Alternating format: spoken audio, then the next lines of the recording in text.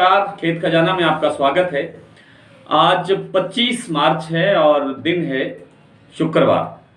आज सरसों का बाजार सुबह तेजी के साथ खुला। केवल एक, जैसे कि मैंने दोपहर के वीडियो में आपको जानकारी दी थी कि केवल भरतपुर का बाजार थोड़ा 50 रुपए के आसपास डाउन रहा है। अदरवाइज देश भर की सभी मंडियों में 100 से 125 रुपए की तेजी रही है। और जो सलोनी दोपहर में 7700 पर काम कर रहा था, उसने फिर 100 रुपये बढ़ा करके 7800 रुपये का लेवल लाकर खड़ा कर दिया। इसी तरह से जो देश की और मंडियां हैं, उनमें भी आज जो सरसों का कारोबार है वो तेजी के साथ हुआ है। आवकें बढ़ रही है। मैं बार बार निवेदन कर रहा हूं कि आवकें अब बढ़नी चाहिए थी, लेकिन आवक कमजोर हो रही है। 10 लाख के आसपास, 10 लाख गट्टे के आसपास की आवक चल रही है। इसके बावजूद भाव बढ़ रहे हैं, तो इसका अर्थ ये है कि सरसों का ना बाजार कमजोर होने की संभावना दिखाई देती है, ना सरसों के तेल में कोई मंदा दिखाई देता है। विश्व स्तर पर खाद्य तेलों का संकट उभरता हुआ दिखाई दे रहा है, जिसके कारण जो भारत का घरेलू बाजार है, ये विश्लेषण में कई बार आपके सामने रख चुका हूं कि 35% से ज़्यादा हमारे पास उत्पादन नहीं है खाद्य तेलों का।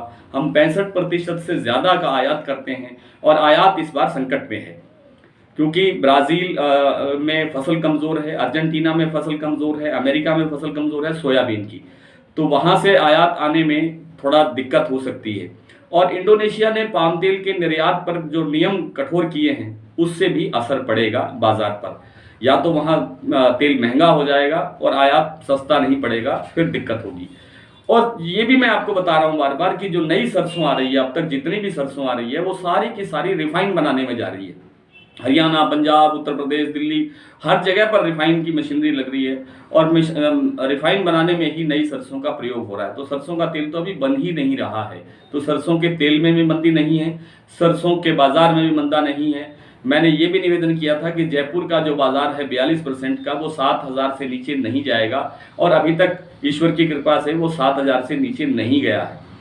और इसी तरह से जो साधारण सरसों है, उसका बाजार भी 6000 से नीचे जाने की संभावना बहुत कम है। हरियाणा, मध्य प्रदेश और कई राज्यों में जैसे सरसों की खरीद शुरू करने वाली है राजस्थान सरकार 1 तारीख से, 1 अप्रैल से, और 21 मार्च से शुरू हो चुकी है राजस्थान और मध्य प्रदेश में। लेकिन आपको जान करके ये हैरानी होगी कि सभी केंद्रों पर या तो सेंटर ही स्थापित नहीं है, जो सेंटर बने हुए हैं वहां पर जो आदमी बैठे हैं वो खाली हाथ बैठे हैं। एक दाना सरसों का उन्हें नहीं मिला है, क्योंकि बाजार एमएसपी सरसों का 5050 रुपये है, और बाजार सरसों का जो है इस समय 6500 से नीचे नहीं है किसी भी मंडी में। लगभग 6500 से ऊपर का भाव है। तो 1500 से ऊपर का जब भाव मिल रहा है, तो सरकारी खरीद कैसे होगी? या तो सरकार वास्तव में खरीद करना नहीं चाहती है, और सरकार अगर खरीद करना चाहती है तो सरकार को किसानों को बोनस देना चाहिए। बोनस दे करके फिर आप अपना इंतजाम कर सकते हो। यदि सरकार ने इस बार, किसी भी सरकार ने, राज्य सरकार ने या सेंट्रल गवर्नमेंट ने सरसों की खरीद नहीं की, तो दिवाली पर इस बार बहुत बड़ा संकट पैदा होता हुआ दिखाई दे सकता है। तो कुल मिलाकर के सरसों का बाजार अभी तेजी की तरफ ही चलेगा। आवक यदि यहाँ से 10 लाख बोरी जो अब हो रही है, ये आवक अगर 15 लाख की तरफ बढ़ती है, तो थोड़ा सा प्रेशर देखने को मिल सकता है। अदरवाइज सरसों के बाजार में अब मंदे की संभावना नहीं है। बात कर लेते हैं कॉटन की। तो कॉटन में देखिए, अंतर्राष्ट्रीय जो वायदा है वो आज एक्सट्रीम पर पहुंच गया है। 41,000 का लेवल आज देख रहा है। 41,000 से भी कुछ अबव है, कुछ ऊपर है। तो जो मंडियां हैं, हाजिर मंडियों में आवक बिल्कुल ही सिमट गई है। आज मैं कहीं पढ़ रहा था कि 45,000 से 50,000 गांठें की आवक हो रही है देश भर की मंडियों में। पिछले साल ये 1 लाख से ऊपर थी इन दिनों के अंदर। और अब आवक घटने से जो मिलर्स हैं, जो स्पिनर्स हैं या जिनर्स हैं, या बिनोला की या तेल की जो मिल चलाने वाले हैं, उनकी खरीदी बढ़ रही है। उनकी खरीदी बढ़ने से बाजार तेजी की तरफ बढ़ रहा है। आप देखेंगे कि राजस्थान की मंडियों में जो नरमे का भाव है वो करीब 12,000 के आसपास पहुंचता हुआ दिखाई दे रहा है। 11.5 तो आज कई मंडियों में देखने को मिला है। इसी तरह से हरियाणा की जो मंडियां हैं, जो राजस्थान के साथ लगती हैं, जैसे सिरसा है, अलनाबाद है, डबवाली है, इन मंडियों के अंदर भी 11,000 से ऊपर का कारोबार दिखाई दे रहा है। थोड़ा पीछे चले जाएं, आदमपुर की तरफ चले, हिसार की तरफ चले, तो 9800, 10,000 से ऊपर समझिए आप। 9800 तो एक आध मंडी का ही भाव है।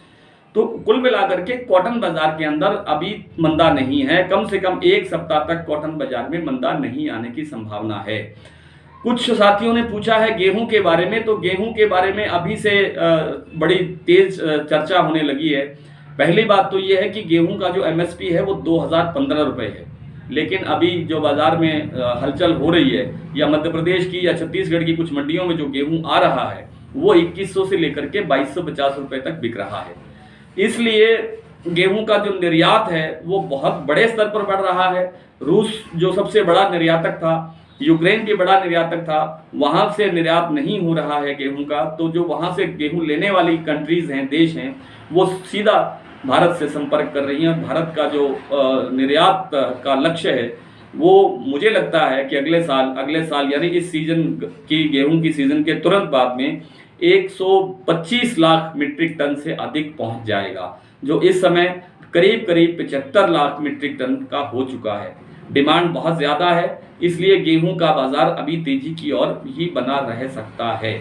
आइए कुछ मंडियों के भाव देखते हैं। आज भरतपुर खुला है 6800 रुपये, जयपुर 7250, खैरथल 7000, कोटा 6450, मोरैना मंडी 6900, खैरली मंडी 6850, सुमेरपुर 6940, बीकानेर 6500, हिसार 6600, बूंदी 6500, हापुड़ 6750, अलवर 6900, गंगानगर 6741, एटा 6300, टोंक मंडी 7250, गंगापुर 6850, गोलूवाला 6618, संगरिया 6715, सिवानी 6400, आदमपुर 6615, सिरसा में सरसों बिकी है 6566 रुपए। अब बात कर लेते हैं, अब महाराष्ट्र की एक मंडी है जहां पर आज कॉटन, कपास जिसको हम नरमा कहते हैं, वो आज अकोट मंडी में नरमा बिका है 12000 रुपये पूरे। गोलूवाला 11500, हनुमानगढ़ 11500, सिरसा 11000, अपोहर मंडी 11030, आदमपुर 10350, एलनाबाद 11011, गंगानगर 11285, सूरतगढ़ 11000, संगरिया 11070, सूरतगढ़ दोबारा बोल रहा हूँ, सूरतगढ़ का भाव है 11000। आज इतना ही, कल आपसे फिर मुलाकात होगी, तब तक के लिए नमस्कार।